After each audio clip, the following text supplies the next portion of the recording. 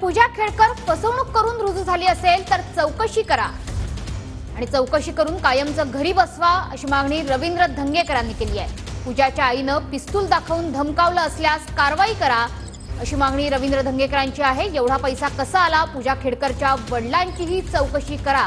पूजा खेडकर प्रकरणात कारवाई न झाल्यास आंदोलन करण्याचा इशारा सुद्धा रवींद्र धंगेकरांनी दिला आहे। कारवाईची काय मागणी करताय तुम्ही या सगळ्या प्रकरणामध्ये की त्यांची आता पिस्टल जे आहे ते का जप्त करण्यात अशा पद्धतीची नोटीस पुणे पोलिसांनी दिलेली आहे, तुम्हाला वाटतं त्यांच्यावरती कारवाई ह्याच्यामध्ये कारवाई झाली पाहिजे। जो रिव्हॉल्वर दाखवला, आता ग्रामीण पोलीस काय करतात आम्ही वाट बघतो 1-2-3 दिवस, नाहीतर लोकशाही आणि डॉक्टर बाबासाहेब आंबेडकरांनी दिलेलं संविधान, तर आम्हाला तिथे जाऊन आंदोलन करावं लागेल पोलीस स्टेशनला 100%। आणि तिच्यामध्ये महानगरपालिका त्यांच्या बांगल्यावर काहीतरी जाणार आहे, तिथं बेकायदेशीर बांधकाम केले, महानगरपालिकेने फौजदारी केली पाहिजे 2।